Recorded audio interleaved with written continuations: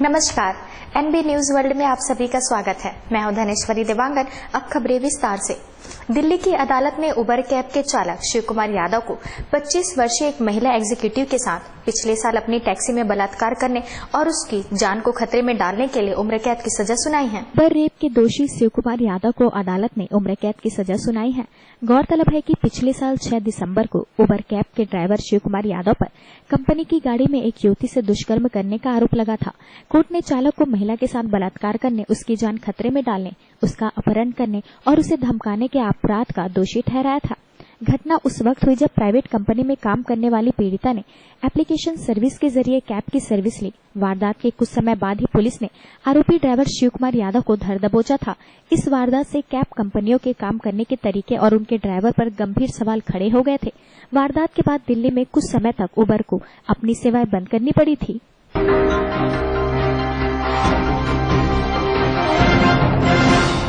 जाने माने फिल्म अभिनेता, निर्माता, निर्देशक कमल हसन का कहना है कि पुरस्कार लौटाने से कुछ हासिल नहीं हो सकता, क्योंकि भारत हमेशा से असहिष्णु रहा है, वरना पाकिस्तान बनता ही नहीं। देश में सहिष्णुता और असहिष्णुता की इस बहस के बीच एक और जाना माना चेहरा शामिल हो गया है। अभिनेता कमल हसन ने एक सवाल के जवाब में कहा कि सम्मान वापस करने से कुछ नहीं होगा, मैं अपना सम्मान वापस नहीं करूंगा। कमल हसन ने कहा कि अपनी बात रखने के और भी तरीके हैं। उन्होंने कहा कि 1947 से भी देश में असहिष्णुता है और इसी वजह से भारत का विभाजन हुआ था।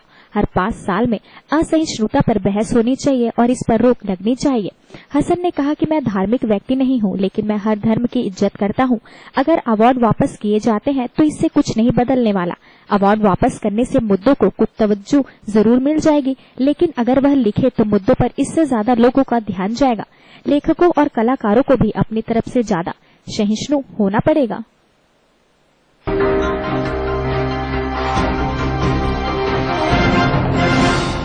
इंडियन प्रीमियर लीग के विवादास्पद मुख्य संचालन अधिकारी सुंदर रमन ने मंगलवार को अपने पद से इस्तीफा दे दिया है, जिसे भारतीय क्रिकेट कंट्रोल बोर्ड ने स्वीकार कर लिया है।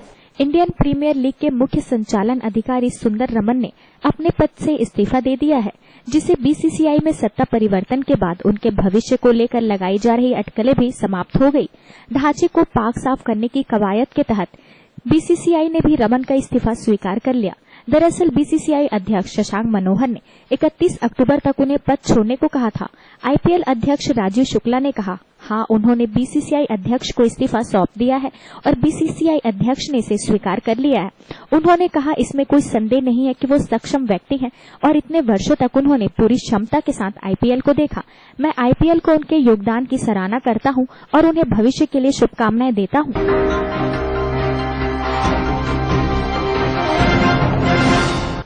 वित्त मंत्री अरुण जेटली ने कहा कि भारत कभी भी असहिष्णु नहीं हो सकता और विपक्षियों को राजनीतिक लड़ाई राजनीतिक रूप से लड़नी चाहिए।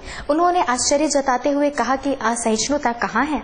सहनशीलता को लेकर वित्त मंत्री अरुण जेटली ने कहा कि लेखकों, कवियों तथा अन्य लोगों द्वारा सम्मान लौटाए जाने की कोई तुक नहीं है, क्योंकि देश में पूरी तरह शांति बनी हुई है और असहनशीलता कहीं नहीं दिखती। वित्त मंत्री ने सवाल करते हुए कहा, कहाँ है असहनशीलता? देश में पूरी तरह शांति बनी हुई है और हमारा देश न कभी असहनशील था और न कभी होगा। उन्होंने कहा कि कांग्रेस और अन्य दलों के राज्यों में ये घटनाएं घट रही हैं, उसके लिए केंद्र सरकार को दोषी क्यों ठहराया जा रहा है। वहीं जब संवाददाता ने उनसे पूछा कि शाहरुख खान भी कह रहे हैं कि असहनशीलता नहीं होनी चाहिए, तब जेटली ने कहा कि अगर कोई व्यक्ति कह रहा है असहनशीलता नहीं होनी चाहिए तो इसमें गलत क्या है। गौमांस विवाद समेत हाल ही में कुछ घटनाओं को विसंगति बताते हुए जेटली ने कहा कि पुरस्कार लौटाने को उचित नहीं ठहराया जा सकता और राष्ट्रीय स्तर पर स्थिति पूरी तरह से शांतिपूर्ण है।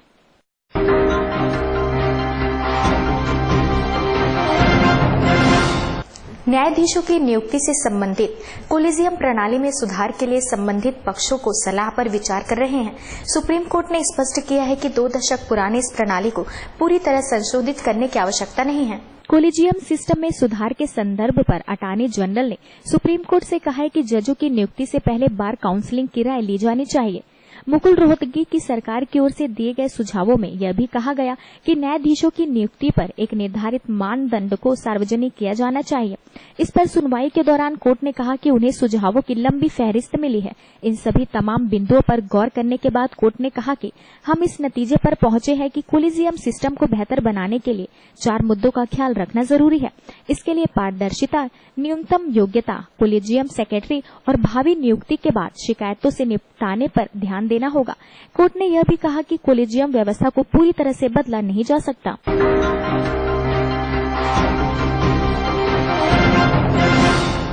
All India Muslim personal law board के वरिष्ठ सदस्य अब्दुल रहीम कुरैशी ने अपनी किताब में भगवान राम के जन्म के बारे में नया दावा किया है। किताब में चौंकाने वाले दावे किए गए हैं। दावों के मुताबिक भगवान राम का जन्म अयोध्या में नहीं बल्कि नॉर्थ वेस्ट इंडिया में हुआ, जो कि अब पाकिस्तान में है। ऑल इंडिया मुस्लिम बोर्ड के वरिष्ठ सदस्य अब्दुल रहीम कुरैशी ने अपनी किताब फैक्ट्स ऑफ अयोध्या एपिसोड भगवान राम का वास्तविक जन्म स्थली अयोध्या नहीं है। किताब में दावा किया गया है भगवान का राज्य पूरे सिंधु में था, जो बहुत बड़ा क्षेत्र था। राम राज्य पंजाब, हरियाणा, हिमाचल, अफगानिस्तान, पाकिस्तान तक था। हालांकि यह देश आज भारत से अलग है, लेकिन उस वक्त तक सिंधु राष्ट्र में आते थे, जो राम राज्य कहलाता था। अपने किताब में कुरैशी ने यह भी लिखा कि अकबर के शासनकाल में तुलसीदास ने रामचरितमानस की रचना अयोध्या में बैठकर की, जहां उनके बिल्कुल पास ही मस्जिद स्थित थी। लेकिन उन्होंने कभी भी इसका जिक्र नहीं किया कि राम मंदिर तोड़कर मस्जिद बनाई गई थी। इस कारण यह भी हो सकता है कि लोगों को यह बात घर कर गई हो कि राम का जन्म अयोध्या में हुआ हो, जहां आज लोगों मानते हैं कि राम लला यहां विराजमान है।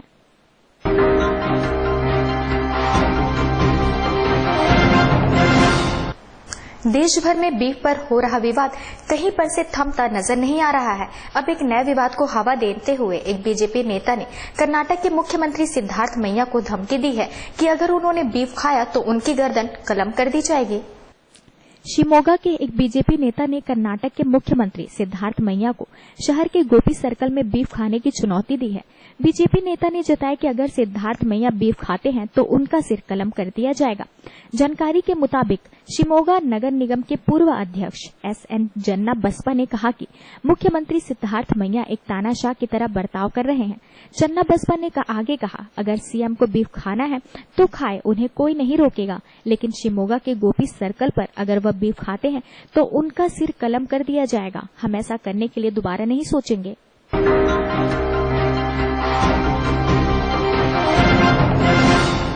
पेट्रोलियम कंपनियों ने बिना सब्सिडी वाले गैस सिलेंडर की कीमत में 27 रुपये 50 पैसे की बढ़ोतरी की है। वहीं विमान ईंधन के मूल्य में 142 रुपये 56 पैसे प्रति किलोलीटर की कटौती की गई है। सार्वजनिक क्षेत्र की पेट्रोलियम कंपनी ने विमान ईंधन के दाम में मामूली कटौती की है, जबकि बिना सब्सिडी वाले गैस सिलेंडर की कीमत में 27 रुपये 50 पैसे की बढ़ोतरी की गई है। कीमतों में यह फेरबदल वैश्विक रुख के अनुरूप है। विमान ईंधन के मूल्य में 142 रुपये 56 पैसे प्रति किलोलीटर की कटौती की गई है। तेल कंपनियों के मुताबिक दिल्ली में अब बिना सब्सिडी वाले गैस सिलेंडर की कीमत 545 रुपये होगी।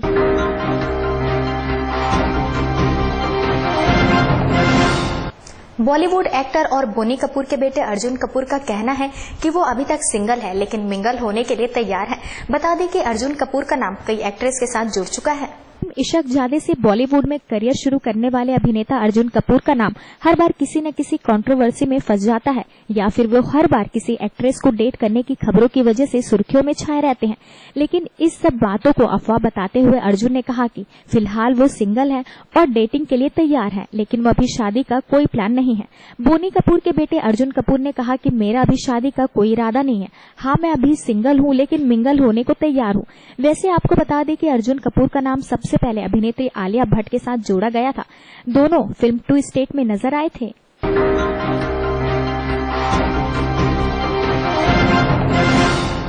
पाकिस्तान क्रिकेट बोर्ड के अध्यक्ष शहरयार खान को उनकी हाल की भारत यात्रा को लेकर अंतर प्रांतीय समन्वयक मंत्रालय ने नाराजगी व्यक्त करते हुए एक कड़ा पत्र लिखा है।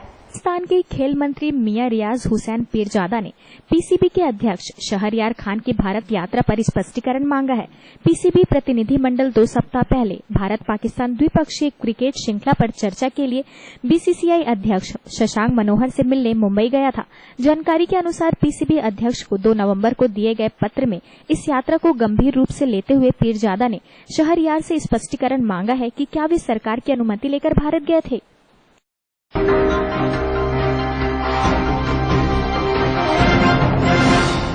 छत्तीसगढ़ की राजधानी रायपुर के कालीबाड़ी गर्ल्स हॉस्टल में पिछले दिनों सिलेंडर फटने से 3 महिलाएं गंभीर रूप से घायल हो गई थी, जिनका इलाज डॉक्टर अंबेडकर हॉस्पिटल में चल रहा था, जिनकी आज मृत्यु होने के बाद हॉस्टल के छात्र छात्राओं ने मुआवजे की मांग को लेकर चक्का जाम किया।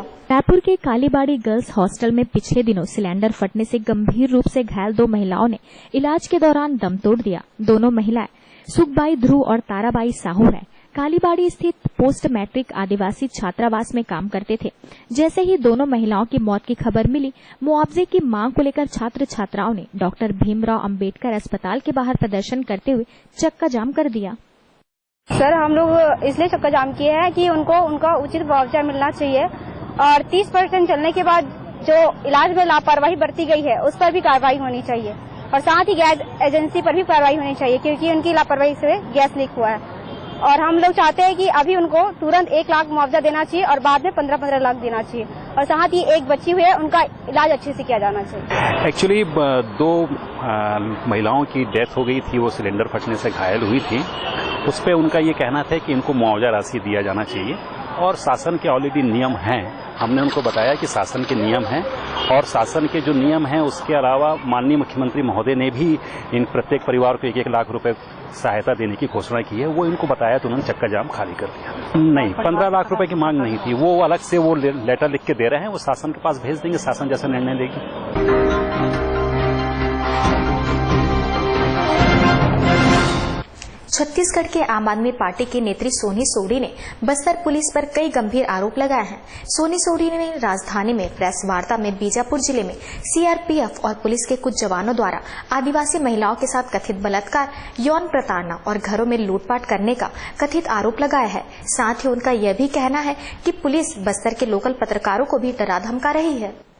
सोनी सोढ़ी ने पत्रकार वार्ता में कई मामलों का विवरण सामने रखते हुए बताया कि बस्तर में नक्सली बताकर किसी को गिरफ्तार करना, महिलाओं के साथ दुष्कर्म करना आम बात हो गई है। उन्होंने कहा कि बस्तर में शांति बहाल नहीं हुई है, बल्कि आदिवासियों की समस्या और बढ़ गई है। सोनी सोढ़ी के मुताबिक एक तरफ नक्सली उन्हें पुलिस की मुखबिरी करने के आरोप में सताते हैं और दूसरी ओर पुलिस तथा सुरक्षा बल उन्हें सॉफ्ट टारगेट की तरह उपयोग कर रही है। निर्दोष आदिवासियों को नक्सली बताकर या तो जेल भेज दिया जाता है या फिर गोली मार दी जाती है। तो जेल में अंदर है ही है नक्सल के नाम पे, तो वहाँ भी काफी दबाव है, जिसकी तरह से वहाँ की न्यूज जो है जो उठना चाहिए वो नहीं उठ पाते, वो भाइयों की भी मजबूरी है। तो मुझे लगता है कि राजधानी में आके मैं इस खबर को दूं ताकि यहाँ आके वो अधिक से अधिक हाईलाइट में उठे। मुझे नहीं, यहाँ जब आई मैं रात को निकली हूँ, मैं कोई परेशानी नहीं हुई। पता होता था करते या नहीं करते, मैं रात को में निकली। देखिए, मुझे जो सबसे बड़ी चिंताजनक स्थिति लग रही है कि पुलिस का विश्वास आम जनता से उठता जा रहा है। ये सबसे गंभीर स्थिति दिखाई दे रही है। ये जो घटनाएं जिन लोग हम लेकर आए हैं, ये बड़े सामान्य आदिवासी जनजीवन जीने वाले लोग हैं और पुलिस को जब भी मौका मिलता है इनको गिरफ्तार करके नक्सली बता देती है, कभी इनकी हत्या कर देती है। ये तमाम घटनाएं हो रही हैं। इससे आम जनता बहुत भयभीत है और इसका फायदा नक्सल उठा रहे हैं। ये ज्यादा खतरनाक स्थिति हमको दिखाई दे रही है। तो मुझे तो ऐसा लगता है कि सरकार को जो सबसे पहला कदम उठाया जाना चाहिए कि जिनके साथ भी सरकार के द्वारा गलती से भी कोई अपराध हुआ है उनके घर जाएं, माफी मांगे, हाँ हमसे गलती हो गई है। अगर बलात्कार की घटना घटी है तो उन महिलाओं में विश्वास पैदा किया जाए। वो महिलाएं अविश्वास से भर गई हैं। वहाँ के पुरुष पुलिस को देखकर, सुरक्षा बलों को देखकर भाग रहे हैं।